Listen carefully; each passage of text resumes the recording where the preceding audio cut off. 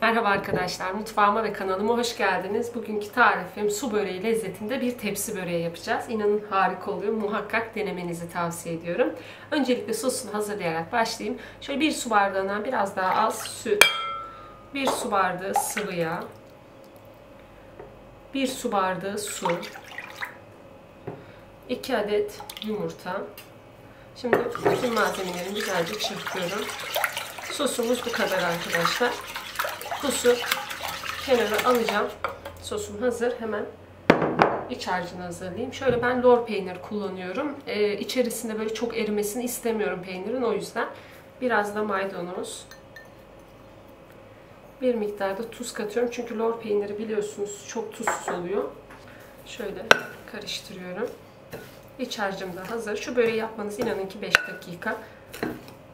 İç harcım da hazır. Onu da kenara alayım. Şimdi artık yufkayı tepsiye dizeyim. Ben şöyle bir tepsi kullanacağım. Siz de arzu ettiğiniz gibi borcam ya da fırınınızın tepsisini kullanabilirsiniz. İçerisine şöyle yağlı kağıt sereceğim. Yağlı kağıdı yufkaya tepsiye serdim. Şimdi sosumu şöyle alıyorum arkadaşlar. Bir adet yufkayı ortadan ikiye kestim. Bunun için 5 adet yufka kullanacağım. Sosun içine batırıyorum ve sıkıyorum. Tepsiye yerleştiriyorum. İsterseniz böyle değil de kat kat da yapabilirsiniz. Ama böyle sosa bol bulandığı için daha güzel oluyor. Şöyle gelişi güzel yerleştiriyorum. Yarımı çok aşırı olmadan bulayıp onu da üstüne seriyorum.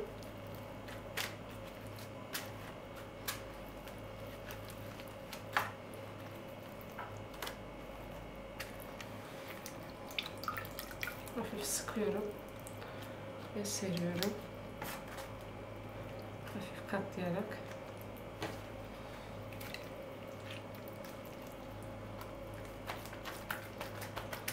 Beş adet yufkanın arkadaşlar 2 tanesini alta peynir koyacağım. Şimdi sıra geldi peynire. Böyle içine batırıp çok aşırı derecede sıkmayın. Yoksa dağılır. Tamamdır. Şimdi 2 yufkadan sonra peynir koyuyorum. Dağıtıyorum.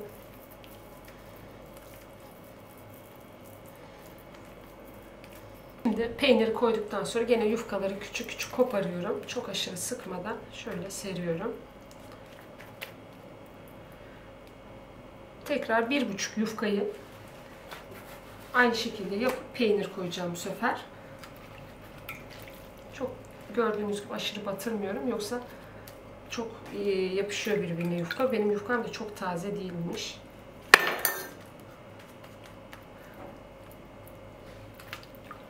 Şöyle batırıp hatta alabilirsiniz.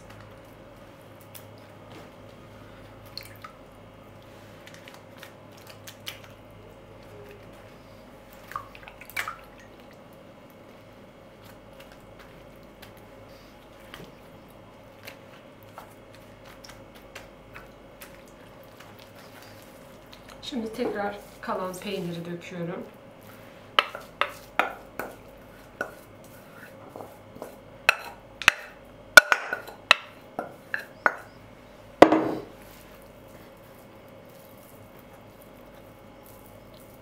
Artık kalan yufkamla koparıp üzerine kapatacağım.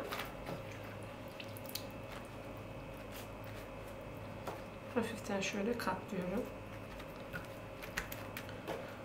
Çok aşırı derecede bulamayın. Hemen batırdığınızda çıkartın arkadaşlar. Şöyle batırıp hemen çıkartın. Yoksa yapışıyor.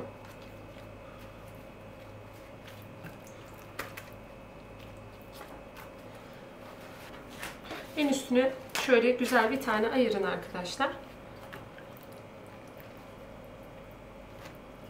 Bir tarafını ıslatmanız bile yeterli. Diğerinin üstüne kapandığı için Şimdi tüm yufkalar bitene kadar aynı şekilde yapıp bitirdim. Şöyle üstüne bir tane hiçbir şey sürmeden kapatıyorum arkadaşlar. Sosa batırmadan. Şu şekilde.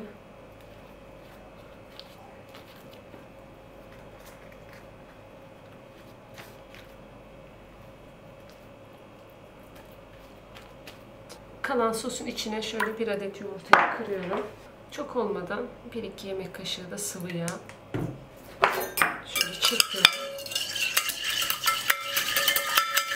Şimdi sosu şöyle üzerine bol bol sürüyorum.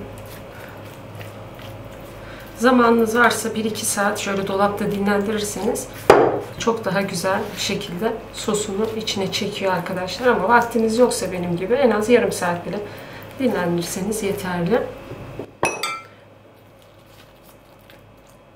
Şöyle elimle süreceğim. Şimdi biraz dinlendirdikten sonra önceden ısıtılmış 170 derecelik fırında 1 saat 20 dakika boyunca pişireceğim. Tepsiyle, böyle bir tepsiyle yapacaksanız sizler de muhakkak tepsinizi en alt böyle fırınınızın alt kısmına yakın pişirin ki bu tepsilerin çünkü alt kısmı biraz daha zor pişiyor.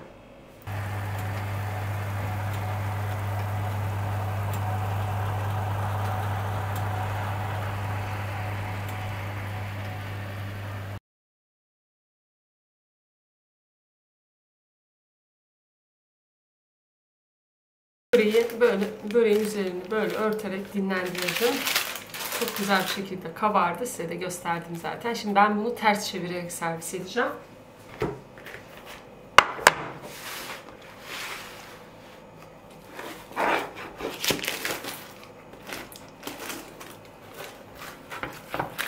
Görüntü zaten su böreğini anımsatmıyor arkadaşlar. Bakar mısınız? Harika bir şekilde oldu. Şimdi dilimleyip sizlere içinde göstereceğim. Arkadaşlar gerçekten harika olmuş. Lütfen yavaş yavaş pişirmeye özen gösterin. Eğer çok hızlı pişirirseniz içi hamur kalacaktır.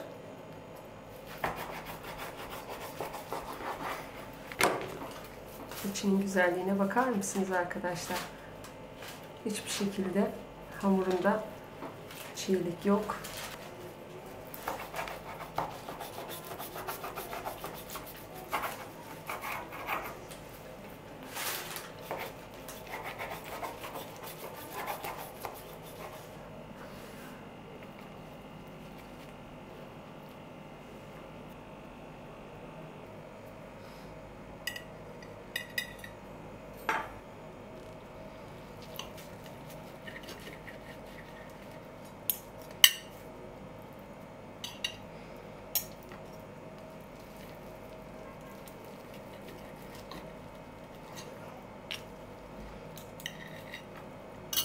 Mutlaka deneyin arkadaşlar. İçi falan çok güzel pişmiş. Asla hamur değil.